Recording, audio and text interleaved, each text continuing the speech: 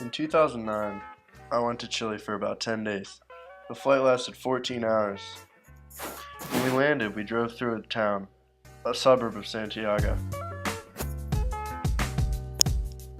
It was a pretty rough part of town. There was a lot of vandalism and it wasn't very clean. There were a lot of housing projects. These were for very low-income families who otherwise would be squatters on land that wasn't theirs. Next to the projects, a church had built a small playground and a soccer field.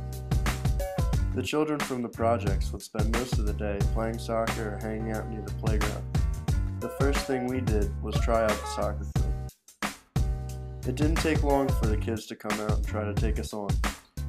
Soccer turned out to be a great way to meet the kids. It didn't take very long before we felt like we had known each other forever, even though we didn't speak the same language. Unfortunately, our soccer ball did not last more than a couple of hours as it was kicked into a nearby barbed wire fence. Fortunately, the Chilean children had another hobby, flying kites. Every day while we were there, we worked and when we weren't working, we were playing with the children.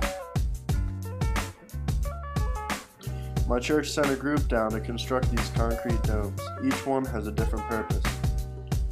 One was a library, one was full of musical instruments, one had arts and crafts, and each one was there to be used by the community.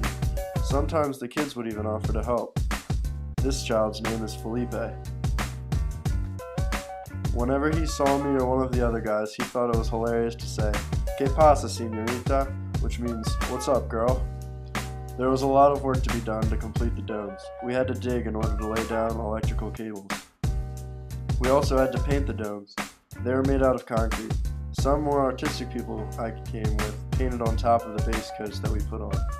Here you can see the group that I came along with and some of the children that lived nearby. You can also see one of the domes that was complete with paint and all. The long days of work were rewarded by great meals. My favorite food on the trip was empanadas.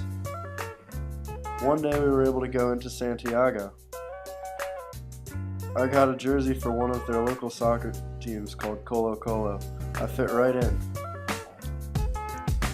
It was a lot of fun getting to know the kids that lived near the playground.